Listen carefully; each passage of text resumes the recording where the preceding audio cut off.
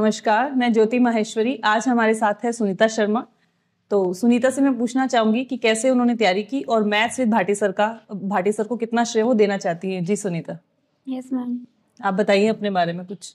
Ma'am मेरा नाम सुनीता शर्मा है और मैं यहीं जयपुर से बिलोंग करती हूँ और शुरू से पढ़ाई में बहुत अच्छी रही हूँ। मन में थी कुछ करने की, कुछ बनने की, लेकिन कुछ परिस्थितियों, पारिवारिक परिस्थितियों के कारण मेरी शादी जल्दी हो गई। फिर शादी के बाद में एक लड़के के लिए कंटिन्यू करना बहुत मुश्किल होता है। Exactly. बट ससुराल वालों के, हस्बैंड के और फैमिली के सपोर्ट से मैंने अपनी पढ़ाई कंटिन्यू करी। ग्रेजुएशन किया, एमकॉम किया, बीएड किया। फिर 2018-19 के बाद में मैं कंटिन्यू इस वापस कंपटीशन के उसमें घुसी कि चलो कुछ करना है। सबने सपोर्ट भी किया, लेकिन वही चीज़ आ जाती है कोचिंग वाली।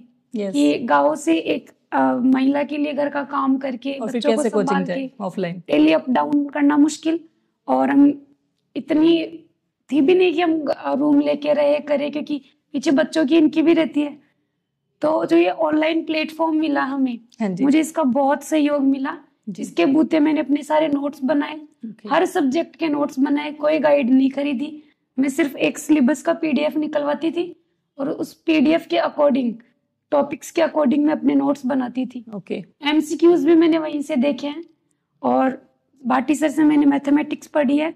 कुछ टॉपिक्स ऐसे थे जो मुझे कभी समझ में नहीं आए।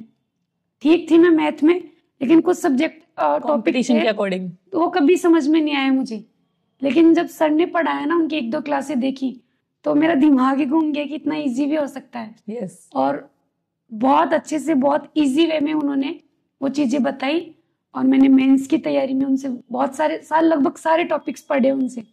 उनकी मैराथन्स भी देखी तो मुझे उनकी बहुत हेल्प मिली।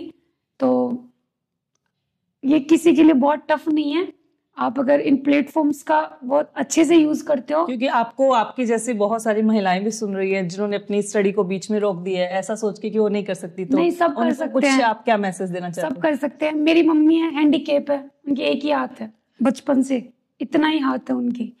तो जब मैं थक जाती थी, बहुत परेशान हो जाती थी कि मैं क्या क्या करूं, एग्जैक्टली, तब वो मुझे ऐसे बोलती थी कि मेरे एक ही हाथ था, एक हाथ से मैंने अपने बच्चों को भी पाला है, अपना घर का भी काम किया है, तुम्हें खाना भी बना के खिलाया है, खेती भी की है।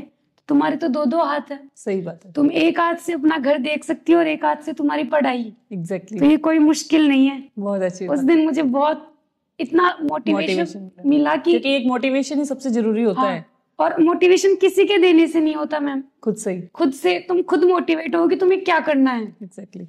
और हार तो मानो मत, जब तुम ये करोगे मुझे ये भी करना है, ये भी करना है, नहीं, सब तुम्हें ही करना है। यस, कांग्रेचुलेशन आपको वीडियो में चयनित होने के लिए। हमारी शुभकामनाएं आपके साथ है। मैं भी बहुत थैंकफुल हूँ भाटी सर और उनकी टीम की कि उन्होंने वहां तो हमारा सहयोग किया ही, और आज भी हमें एक मंच दिया कि हम अपनी बात कह सके। Thank you ma'am. Thank you.